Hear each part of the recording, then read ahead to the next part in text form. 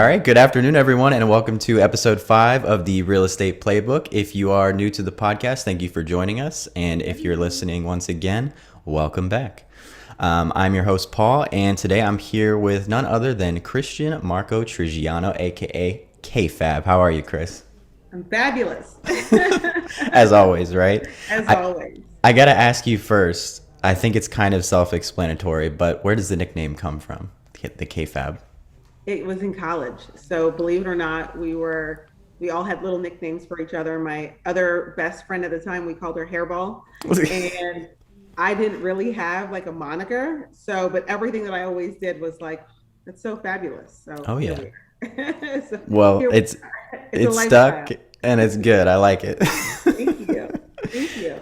Yeah, of course. So I'm gonna flatter you a little bit here All up right. top. So prepare yourself for that. But I just wanted to start by saying, obviously, I know you as an Uber high-level agent. You're consistently dominating the leaderboards within the brokerage, within the county, etc. I don't think there's like a single question someone could concoct about real estate that you wouldn't know the answer to. So there you go. I There's your appreciate flattery. that. Let me get that That's out. true. I get stumped more times than I'd like to admit, but I learn. Every day I learn something new. Absolutely. That's the way to do it. Of course, you're one of the team leaders here at our brokerage, but you've been with 54 since the early days. And you got a lot of fun stories from back then, as I learned one of them the other day with our little Bruce Lee warm. You're welcome. And if people haven't seen that, it's on the 54 Realty Instagram. It's hilarious. You should go watch it. But Awesome. I was hoping you could tell us a bit in your own words, a bit how you got started in the business and also how you got started with the team, and then maybe a little bit about how you got to where you are today. Awesome. So I got started in real estate actually back when I was in college. So I worked for a builder at the time, and I knew that I wanted to do something real estate related, just wasn't sure how that actually fits. After I left college, I ended up working for a multifamily housing company for about 9 years. And that was strictly residential. So I did every aspect from sales to takeovers of buildings to eventually management, and I loved doing that. There was always a tug on my heartstrings to go back into general real estate. I love the idea of helping people build their dreams. And this is one way to impact people's lives every day, the home that they live in, the place that they call home, or even an investment opportunity. It's important to me to provide good service. And so I thought this was something that I could do where I could be a part of the service that's provided. And that's there's not that many businesses where you have such a hands-on aspect. Right. And I really appreciated that about real estate. So here we are. Here we are. As far as joining the team, when I actually joined the office that Joe and Rose were at the time, which was Keller Williams, New Tampa, uh, I asked leadership there for an opportunity to join a team. I just wanted to get out there and prove myself. Like I knew I could do this. I just needed the opportunity. Right. And Rose and Joe were the perfect opportunity. I had done great by myself as a brand new agent, closing 7 transactions in my first 7 months, really. And that was bootstrapping. I was finding this business out there in the streets. But I wanted a greater opportunity, and Rose and Joe actually provided such an opportunity, one that I'd never heard of. Still to this day, our technique and program is fairly unmatched, in my opinion. And here we are. I absolutely love what we do. I the worst day is still my absolute best day. I love to hear it.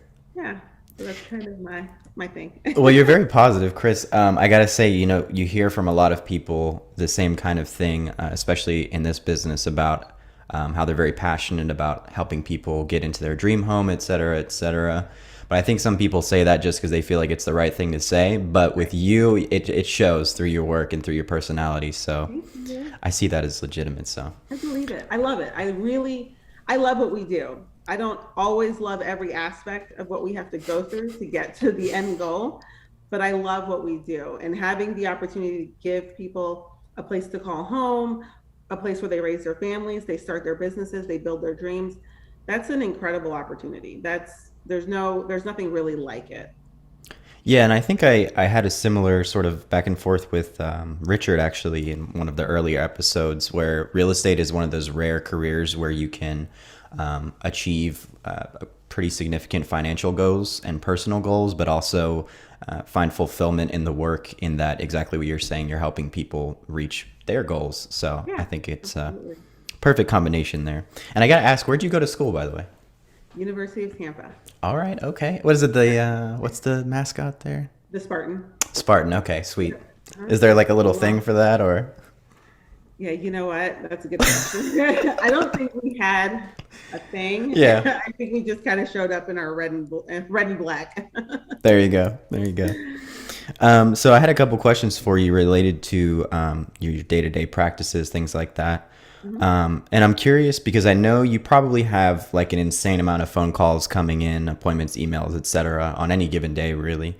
I'm wondering if you have any type of secret or tip or maybe thing that you consider helpful to staying organized in your day-to-day work. Sure. So one of the things that is easily missed by a lot of agents is having some sort of structure or schedule. There are many times where I deviate from my structure or schedule, and then I find myself saying, you've got to get back on a schedule or a routine to some degree. So having a routine, a strong day-to-day routine, literally that is scheduled is important. So I actually have a lot of personal appointments that I conduct. However, I schedule everything on my calendar. Everything is written down, everything is tracked. My assistant can see that, my partner can see that from time to time. If there's something that they need to be aware of, it's always on my calendar. And so that to me is a huge, that's a huge step. Now, the other half is not only do I schedule everything, but I write it all down. Oh my So goodness. I have a to-do list at all times. There's another to-do list. So I always have some sort of to-do list or something to follow. It helps me prioritize what I'm doing because one thing that you can find very simply in this business is your intention could be, I'm going to do this, this, and this today.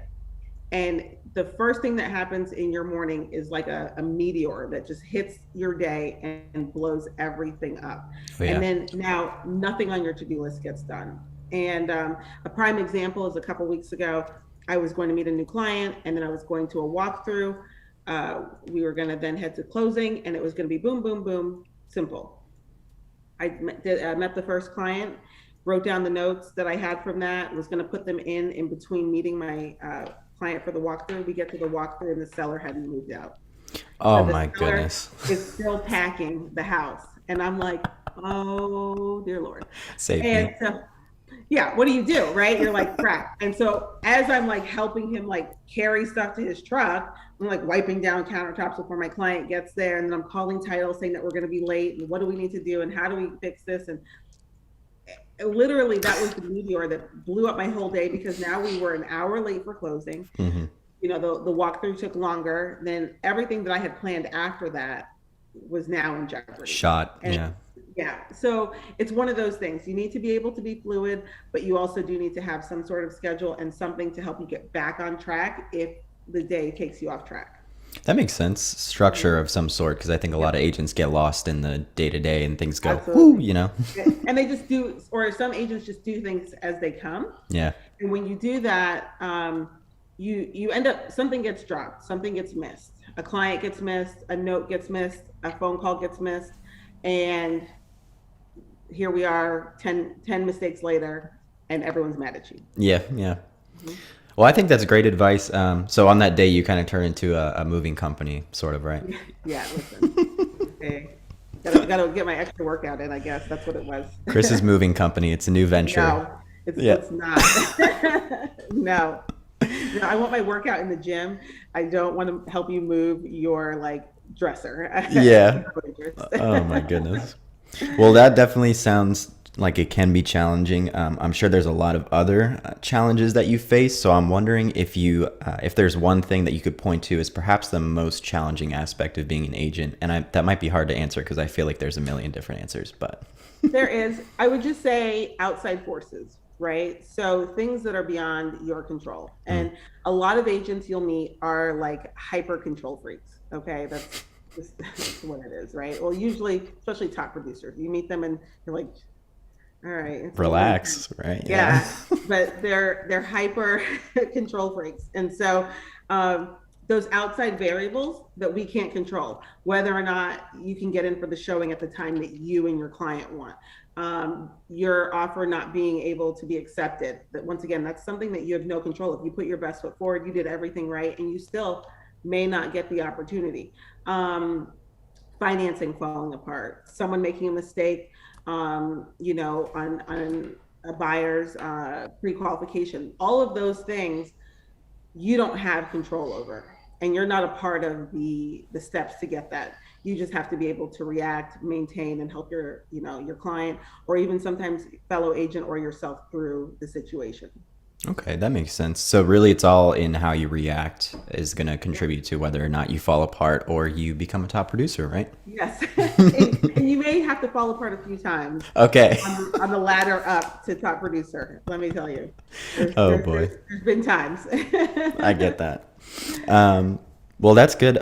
So I wanted to kind of change gears a little bit. So for the people that don't know who aren't with the team, we do trainings every month. I want to say sometimes twice a month. And obviously you gave the most recent one. And the topic was new home construction, which I did not know this prior to the meeting, but you are quite obviously an expert in. So I wanted to talk a little bit about that, if that's all right with you. Absolutely.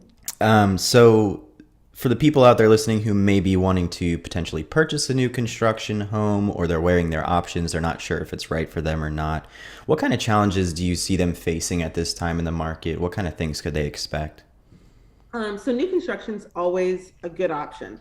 One of the things that I think people are experiencing is maybe a slight bit of sticker shock for the purchase price of homes, the limited availability of said homes, and the lack of new construction inventory in primary markets. So what's now happened is a lot of primary markets, the land has been built, and so the new construction is getting further and further out, or they're finding in those prime areas, builders are building like townhomes. And so that's kind of a shift in the type of lifestyle and the type of home that people are purchasing. So I think having someone that can help you navigate those challenges, having someone that can help you determine what's a good fit for you and your family and your needs is important. And I try to do that for my clients. I try to encourage my agents to do that. I also think the one thing that is a challenge, the challenge above all others is the amount of demand. In some neighborhoods, there are wait lists, and these wait lists are long, and the builders are only maybe releasing 2 or 3 homes or 2 or 3 home sites at a time. That is really tough, especially if you have a client that says, I have my money, I know what I want. Why can't I just walk in and have it? Mm-hmm. That's a challenge. That's an absolute challenge. And I think that's something that's new to our market. We're not used to that. Overcoming that is possible. It takes a lot of work and a lot of skill. However, as things progress, I think we're going to see this more common. Builders aren't putting as many homes in the ground as they were in the past. They're certainly putting in more now than they were, but they're not overextending themselves. They don't want to be in a position where they have too much inventory. So they're building inventory, selling it, building inventory, and selling it. Gotcha. Okay. So I have a funny anecdote about that. Just to kind of give people a glimpse into how limited supply actually is. My father and my stepmother actually were looking for a new home recently. I want to say this was in March or so. And they wanted to move into Estancia and Wesley Chapel. Sure. And big community for new construction, right? They lucked into the home that they're currently in because somebody ended up walking away from the deal on this new construction home. Like the whole thing was built, finished, ready to go, and they walked away. So they just kind of lucked into that. Otherwise, they probably would have had a lot tougher time finding a place. Do you see that occasionally? Absolutely. So we call that an inventory home. And that's basically either a home that the builder builds out and doesn't sell until it's complete, or if they have a home that was under contract with another buyer walks away, doesn't get their financing, life changes, they're no longer moving, job transfer, a million things. then that home becomes available again to the public. And so the one thing that's great about a property like that is it's ready now. So a buyer can jump on it. They don't have to wait 6, 7, 8 months for the home to be built. They don't have to go through all those steps. They can just write a contract, put their deposit down, and if they're financing, they're closing 30 days later. Boom. So it's a nice, that's a dream come true for many people. Oh yeah. They got so lucky. They still say, they really lucked into that situation. So yeah, well, in a similar vein, I was wondering, because we like to talk a little bit to not only the buyers and sellers out there, but also agents, who are listening. Obviously, there are a couple of potential obstacles for these buyers that they could face. So other than just being there and being present, I don't know if there's perhaps something you'd recommend agents to do to best assist these individuals through the purchase process. And you don't have to go super in depth because I know you literally just gave a whole training about that, but maybe there's one thing you think is more important than others. I think the most important aspect is always going to be some form of true communication and showing empathy to a situation. So an agent can really go a long way if they can truly put themselves in the place of the buyer, to understand why this could be challenging, why this is frustrating, so that they can respond to those emotions accordingly. Also, too, being as forward thinking as possible. Maybe one door closes, but there might be other opportunities or other solutions, and we just have to go out and find it. And that might mean asking around to fellow agents, calling the builder and saying, hey, what else do you have? I have a client right now that is potentially looking at an option that is it's not hardly available, but because we pushed the builder so hard, they were able to open up an opportunity that may pan out for this client at a pace and a situation that's kind of unheard of. So this is actually having that person be in the right place at the right time, showing them some empathy, understanding, going through the paces with them, and then finding a solution that wasn't originally maybe in front of you could be the actual solution. I am also a firm believer in things happen as they're supposed to. So not necessarily what's meant to be will be, but that kind of holds true. And I've seen it happen year over year. And so when people put the work in when it's supposed to be theirs, that opportunity will be theirs. But they do have to do some work to get there. Oh yeah, always, right? Wait. They're like, pause. You didn't say that. No, I'm kidding. Wait for it. No waiting. So in other words, what I kind of hear you saying is it could be helpful for an agent to kind of put themselves in the buyer's shoes and think, what would I want my agent to do for me? Right. And then try and be that person, really. Yep. Try to serve them as best as possible. Think outside of the box, and ask around. There's tons of other agents that may have a solution. They've maybe been in your same position before, and there's a solution that they can offer, or just even having kind of just talking it through with someone else, you may realize, oh my goodness, I missed doing this. Mm-hmm. And that could help solve the problem. The light bulb, right? Ding, All right. Well, that's all good information, Khris. I appreciate that. To close it out here, I have a couple questions, kind of fun ones. All right. All right, let's go for it. All right. So the first one, if you were not in real estate, like if you were completely starting over and you had to pick a different career entirely, what would you see yourself doing? So, unfortunately, real estate's kind of it. Oh boy. Let's see. No. When it's your true passion, it's it. So I got into, the one thing I left out at the beginning is I got into this and I had no backup plan. So I had to make this work. So oh boy. We're just going to stick to that. That's a good answer. I like that. That's my answer. Yeah. It's like a trick answer to that question. Yeah, right? exactly. Yeah. I handed that right back to you. I like it. So in the same kind of vein as that question, if you could go back in time and talk to Khris, who's just starting out in her real estate career, what would you say to yourself? The one thing that I would have done, I wanted to get my real estate license right out of college. And my parents were like, no, we're not going to do that. And I wish I had just done it. I have a tendency to kind of just do things and then, oh, I'm so sorry. Yeah, okay, I shouldn't have done that. I should have just done that. So my younger self, I would have said, hey, go get your real estate license and let's see where we land. Do it now, apologize later, right? Yeah, exactly. If it didn't work out then, there could be there's always maybe a second chance later. But sky would have been the absolute limit had I started at 23. Yeah, more time can only help, right? Yep. So. And then the very last one I have for you, Khris, All right. but certainly not the least. This is pretty much, we ask everybody this at the end. Do you have any words of advice for new agents, whether they be brand new or they just left a big team, or maybe they're just struggling with the current market conditions? If you could talk to them directly, what would you say? I would say one thing that I have struggled with too, that is helped me through all the facets of this business, is making sure that I find time to take care of myself. And I also try to have a lot of fun with everything. So, you know me, I'm always coming through the office. I'm always joking with you guys. I've always got, oh my gosh, what are you doing? Or who did this? Or why is this? Whatever.